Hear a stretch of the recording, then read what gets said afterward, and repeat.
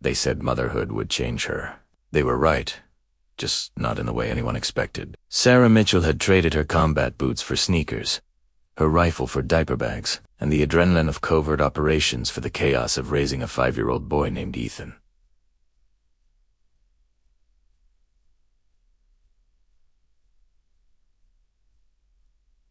She never spoke about her past, about the 12 years she spent as one of the Navy's most decorated SEALs, about the missions that still haunted her dreams. In her quiet suburban neighborhood, she was just another single mom trying to make it work. But some things, once learned, never fade away. It happened on an ordinary Tuesday afternoon at the grocery store parking lot. Sarah was loading bags into her trunk while Ethan sat in the cart, swinging his legs and humming a song from school. She didn't notice the two men approaching until they were close. Too close. One grabbed her purse while the other shoved her hard against the car.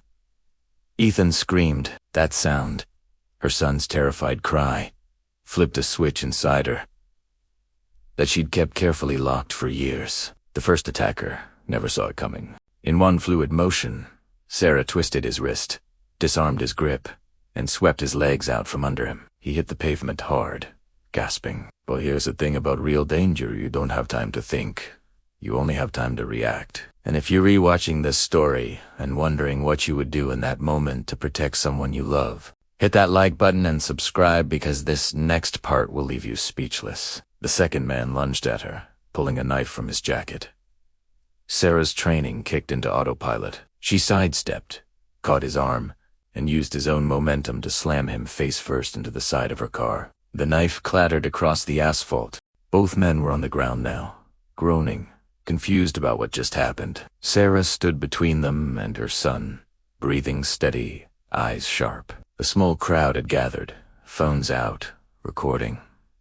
Someone had already called the police. Ethan was crying, calling for her. She turned to him, and in that instant, everything else disappeared. She lifted him from the cart, held him close, whispered that he was safe, that Mommy had him, that everything would be okay. When the police arrived, the scene was surreal. Two grown men, both with criminal records, were subdued and sitting on the curb while a woman in yoga pants and a ponytail gave a calm, precise statement about the incident. The officers recognized something in her demeanor, in the way she carried herself.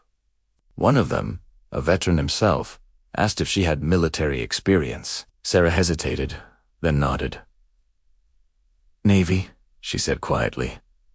His eyes widened with respect. The attackers were arrested, charged with assault and attempted robbery. But the story didn't end there. The video went viral. Within days, millions of people had watched the parking lot footage. Comments poured in, some calling her a hero, others debating whether her response was excessive. Sarah hated the attention. She'd spent years trying to leave that life behind, trying to be just a mom. But Ethan, sweet Ethan, saw it differently. He told his kindergarten class that his mom was the strongest person in the world. He drew pictures of her with a cape. He asked questions she'd avoided for years. What did you do in the Navy? Mom? Were you scared? Did you save people? She sat with him one evening, after the media frenzy had calmed, after the neighborhood had stopped staring. She told him a version of the truth, tailored for a 5-year-old. She explained that she'd been trained to protect people, to help those who couldn't help themselves, and that even though she didn't do that job anymore, those skills never went away. She told him that being strong wasn't just about fighting. It was about knowing when to fight and when to walk away. It was about protecting what mattered most, and what mattered most was him. Months later, Sarah received a letter from one of the men who'd attacked her. It was in jail, awaiting trial, and he'd written to apologize. He said, watching the news coverage, hearing people call her a hero made him realize how far he'd fallen. He'd been desperate, strung out, making terrible choices. He didn't expect forgiveness, but he wanted her to know that she'd changed something in him. That moment in the parking lot became his rock bottom, the turning point. Sarah read the letter twice, then filed it away. She didn't know if his words were genuine or just parole board strategy, but she chose to believe in second chances. After all, she'd reinvented herself once already. That's what real strength is, not just protecting yourself, but believing others can change too. As she tucked Ethan into bed that night, he asked if bad guys could become good guys. Sarah smiled, kissed his forehead, and said yes. Sometimes they can. Sometimes all it takes is one moment to change everything.